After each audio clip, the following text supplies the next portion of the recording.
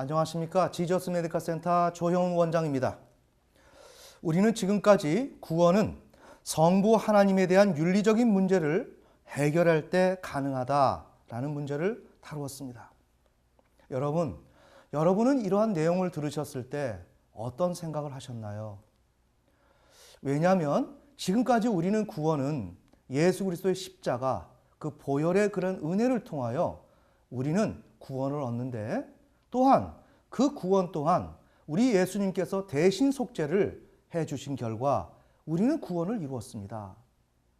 그래서 더 나아가서 우리는 주님 앞에서 심판을 받게 될 때 받게 될 그러한 그 결과를 이미 예수님의 그 십자가를 통하여 우리는 의롭다함을 얻었기 때문에, 선취했기 때문에 결국 종말에 가서 예수님 앞에 심판받는 우리들은 의롭다함을 받을 것이다 하는 그런 구원론을 가지고 있습니다.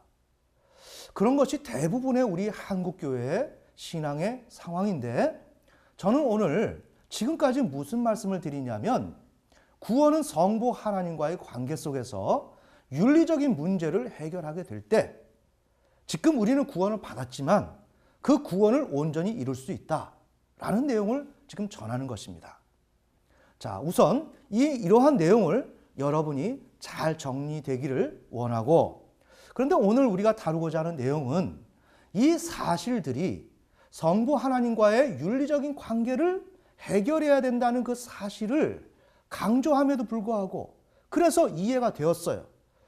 그런데 이상하게 이런 문제가 선명하게 내게 하나의 자국으로 이렇게 남아야 되는데, 그게 아니라 희미하게 우리 속에 존재할 확률이 높다, 그런 내용입니다.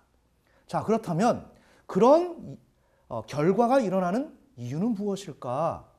그것은 다름 아니라 우리는 하나님 아버지의 뜻에 따라야 되는 사람들인데, 우리는 그것을 그렇게 따르려 하지 않는 사람들입니다. 그렇기 때문에 우리는 성부 하나님에 대해서 본능적으로 회피하려고 하는 것이 우리들이라는 거죠. 그러니까 이렇게 성부 하나님과의 관계, 윤리적 관계를 해결해야 됩니다 라고 말씀을 전해도 우리는 무의식 가운데서 그 문제를 억압하거나 회피하게 된다는 내용이죠. 자, 그래서 이번 시간은 우리 구원의 주관자는 성부 하나님이시다 라는 제목으로 참된 구원의 내용을 살펴보는 시간을 갖고자 합니다. 자, 우리가 이미 말씀드린 대로 우리의 신앙의 대상은 제1위 성부 하나님이시다. 네, 이 내용을 우리가 충분히 정리를 하셔야 됩니다. 자, 우리가 알고 있는 것은 나는 예수를 믿는다, 이렇게 알고 있죠. 분명히 예수를 믿습니다. 하지만 그 예수를 어떤 의미에서 믿느냐 하는 것을 우리는 알아야 되죠. 더 나아가서 신앙의 전반적인 그러한 총체적인 그림 가운데서 내용 속에서 예수 그리스도가 어느 부분을 차지하고 예수님을 믿는 것이 어떤 의미를 지니는가를 우리는 분명히 알고 믿어야 된다는 내용입니다. 아멘. 네. 따라서 우리의 구원은, 참된 구원은 어떻게 제1위 성부 하나님을 제대로 믿어야 구원이 일어난다. 그러한 하나의 내용으로서 성자 하나님 예수 그리스도를 믿는 것이 들어간다는 내용이죠. 자, 우리가 신앙의 대상이 제1위 성부 하나님이 되는 그러한 근거가 무엇인가? 창조의 중심 주체이시다, 이렇게 말씀드리면, 창세기에서 창조는 삼위 하나님께서 다 하신 것 아닙니까? 맞습니다. 그렇지만 삼위 하나님이 하시지만 성경은 하나님의 경륜 가운데서 삼위 하나님이 맡아서 하는 역할, 그분들께서 하시는, 그분들이라고 하면 또 오류가 생기니까, 삼위 하나님께서 하시는 그 역할이 별도로 정해져 있습니다. 그래서 우리가 지난 시간에 살펴봤지만 성부 하나님께서 창조하시는데 그 다음에 누가 나오죠? 성령 하나님이 나오죠. 창세기 1장에서. 네, 이와 같이 나누어져 있다는 것입니다. 그런 맥락 속에서 창조의 중심 주체는, 창조는 삼위 하나님이 하시지만 거기에서 창조, 구원, 이것은 누가 하시는가? 성부 하나님이 하신다. 그래서 우리의 신앙의 대상이 제1위 성부 하나님이 되는 그 근거는 우리 성부 하나님께서 창조의 중심 주체다. 창조자이시다라는 내용입니다. 자, 그 다음에 모든 역사의 유일하고도 궁극적, 원초적 모든 존재자의 기원이 되신다. 그래서 하나님에 의해서 모태에서 적신으로 우리가 출생을 했습니다. 그 다음에 우리는 죽게 되면 흙으로 돌아가죠.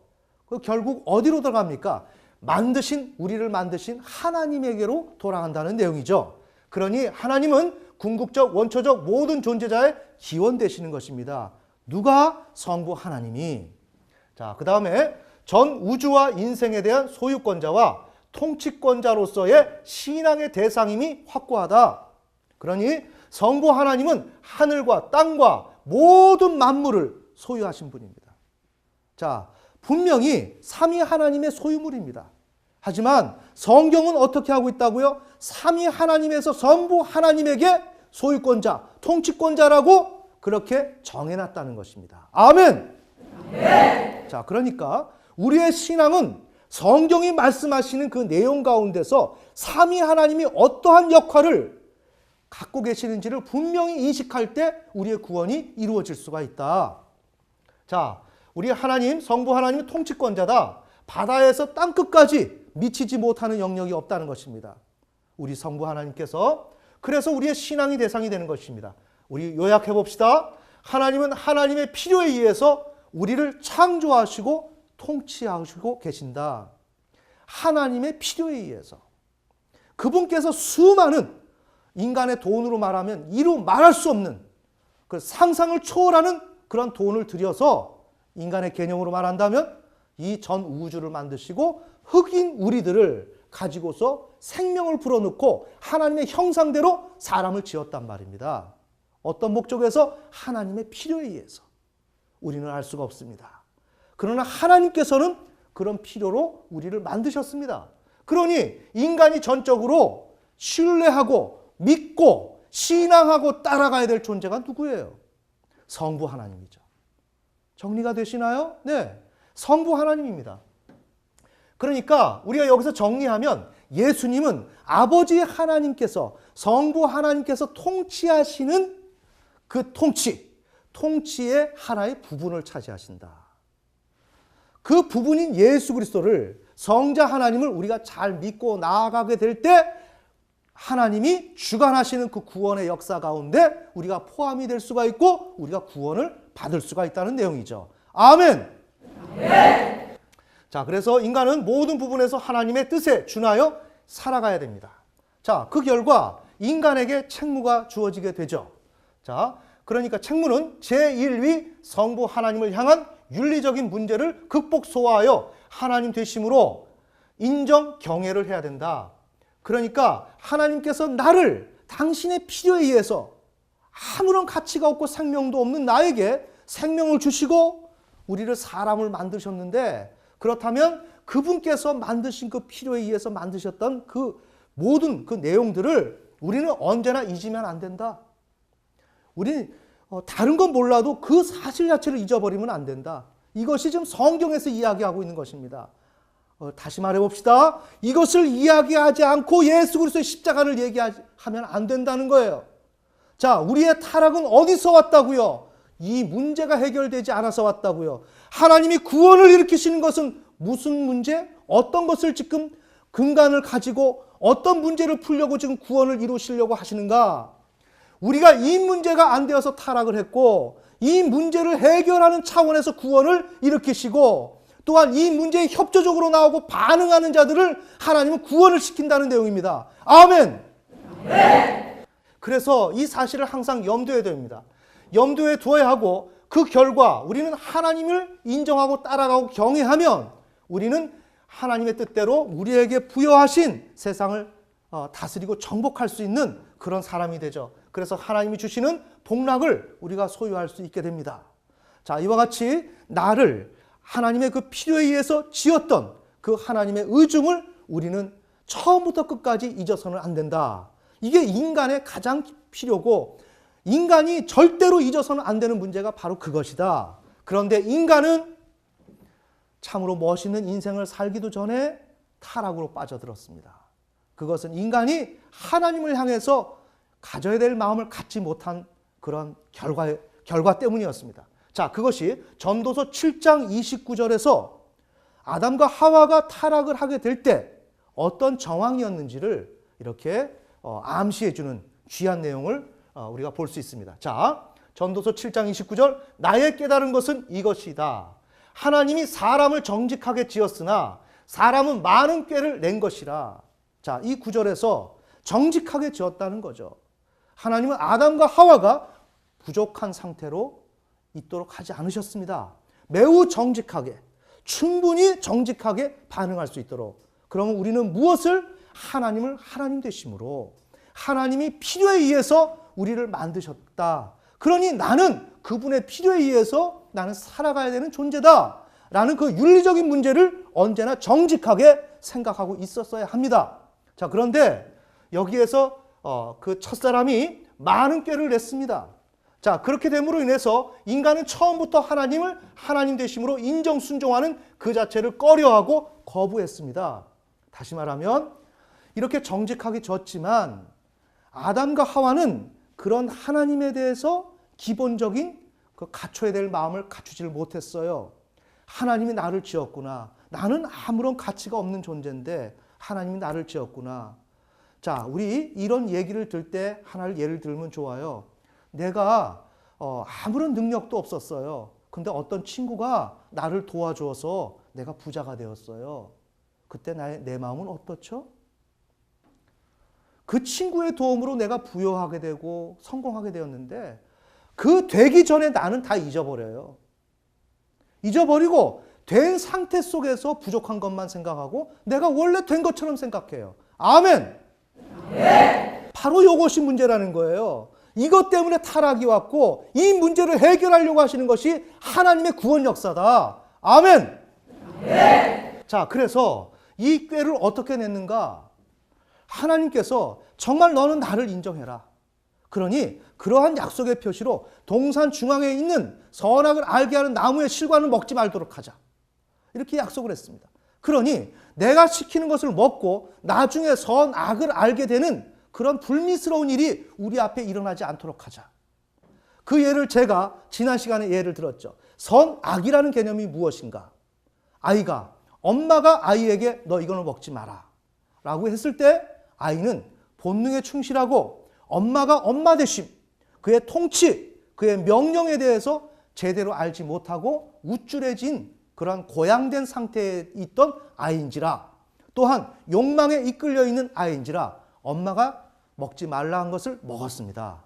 이때 먹고 나니까 죄책감이 들어오고 아하, 먹는 것은 악한 것이구나, 먹지 않는 것이 선한 것이구나 라고 이 아이는 선악을 알게 된다는 거죠. 그러면서 뉘우치는 거죠. 죄책감이 드는 거죠. 자, 이것이 바로 이러한 상태로 하나님께서 인간이 빠져들지 않도록 하나님께서 미리 말씀하신 것이었습니다. 따라서 하나님은 인간에게 하나님을 하나님 되심으로 인정하기를 원했던 거죠. 그런데 우리 인간은 그 부분에서 하나님을 하나님으로 인정하는데 누락이 되어 있던 것이었습니다. 하나님을 인정하고 싶지 않았습니다. 하나님이 이렇게 지으셨다는 것을 분명히 인식해야 되는데 그 인식의 차원이 없다는 거죠. 그래서 이러한 상태 속에 있던 인간을 뱀이 알아봤습니다. 알아보고 그에게 너 선악을 알게 하는 나무의 실과를 먹지 말라고 한 것은 너가 하나님과 같이 될까봐 먹지 말라고 한 거야. 이렇게 됨으로 인해서 선악이라고 하는 그 개념이 뉘우침, 후회에 속하는 선악의 그 개념인데 이것이 선망의 대상인 선악의 개념, 능력의 개념으로 전환이 되는 거예요. 그러면서 하나님 앞에 하나님을 하나님으로 인정할 마음이 애시당초에 별로 없었던 하와였던지라 이 선악이라고 하는 이 개념이 자신에게 권능과 능력의 요소로 인정이 되어서 이 선악을 취하고 싶었던 거죠. 그래서 선악을 알게 하는 나무의 실과를 먹게 되는 거죠. 아멘. 네. 자, 그러니까 우리는 어때요? 처음부터 하나님을 하나님 되심으로 인정하지 않아서 타락이 왔다. 그러니 우리는 타락의 원인이 하나님을 인정하거나 순종하지 해야 되는데 그렇게 하지 못한 것이 그 원인이다. 자, 그렇다면 오늘 우리는 어떠한가? 우리도 동일하다. 그러면 아담과 하와는 구원의 복음을 들지 않고 하나님 앞에서 이런 행위를 했는데 우리는 어떠한가? 이러한 전철을 밟아서 하나님께서 당신의 독생자 예수 그리스도를 십자가에 못 박아 죽게 하시고 그로 말미암아 우리를 구원시켜 주시는데 하나님의 총체적인 하나님의 그 구원의 역사 처음부터 어떻게 진행되었는지를 우리는 성경을 통해서 분명히 알고 있습니다. 아멘. 네. 그런데 참 놀라운 것은 신앙하고 믿음, 구원 얘기를 하면 예수 그리스도의 십자가만이 등장한단 말이에요. 왜 그럴까요? 그건 우리가 예수님을 사랑하기 때문일까요? 우린 십자가에 대한 그 은혜에 감사해서 그럴까요? 그럴 수 있겠죠. 하지만 그보다 더 중요한 것은 뭘까요? 하나님 아버지에 대한 주의, 하나님 아버지에 대해서 집중해야 되는 것, 이것을 회피하고자 함입니다. 그래서 이른바 이것을 전치라 그러죠. 내 마음을 십자가상으로 돌려놓는 거예요. 내가 하나님에게 집중해야 될 일들을 이것이 거북하기 때문에 우리는 무의식 가운데 본능 가운데서 십자가로 돌리는 거예요. 자, 이런 사람에게 구원이 있을까요? 없지요. 왜? 하나님을 인정하거나 하나님에게 순종하려고 하는 의지가 없기 때문에. 아멘. 네. 자, 오늘 바로 이런 이유 때문에 우리가 이 문제를 살펴보는 거예요. 이 문제를 이런 이유가 있는데도 살펴보지 않으면 우리는 어떻게 될까요? 우리는 스스로가 하나님을 인정하려고 하지 않았기 때문에 우리는 구원을 받을 수가 없는 것입니다. 그것은 하나님께서 분명히 그렇게 심판을 하실 것입니다.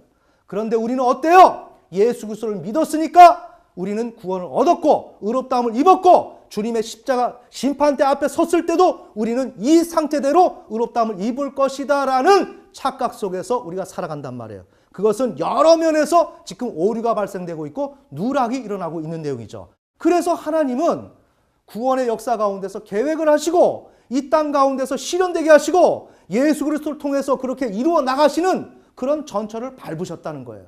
한번 봅시다. 자, 하나님의 구원, 하나님은 지금 구원의 그 계획을 성부 하나님께서 세우십니다. 누가복음 1장 67절에서 75절. 네.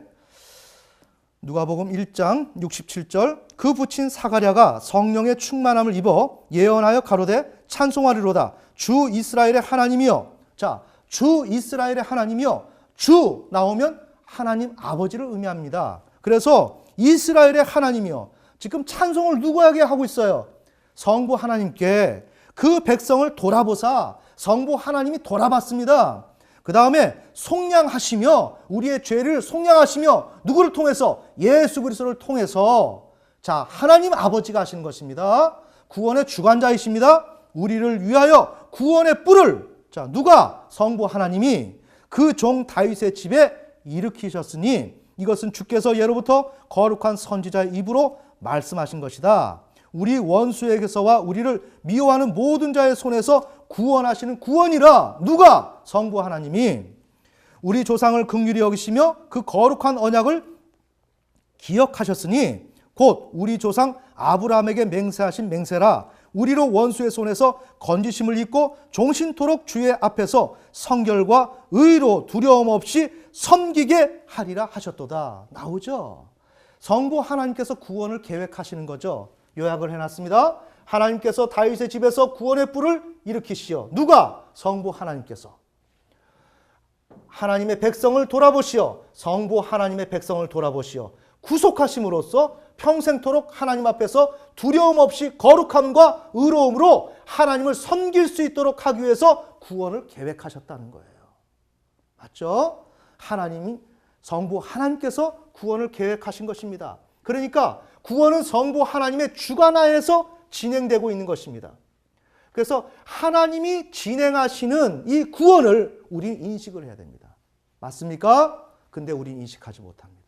어떻게 인식하죠? 예수 그리스도를 앞세운단 말이에요. 그리고 하나님 아버지를 누락시킨단 말이에요. 매우 중요하죠? 자, 두 번째. 이러한 일들이 누가복음 2장 25절에서 35절 시므온을 통해서 성령께서 이렇게 말하게 하십니다. 자, 그 내용이 성령은 예루살렘의 시므온 위에 임재하시어 성부께서 성부 하나님께서 성자 예수님을 하나님의 백성과 이방인을 구원하시기 위해 예비하셨다고 말씀하셨다. 자, 이것은 무슨 내용일까요? 성부 하나님에 의해 진행되는 구원 사역이 이 땅에서 실현되기 시작했다는 거예요.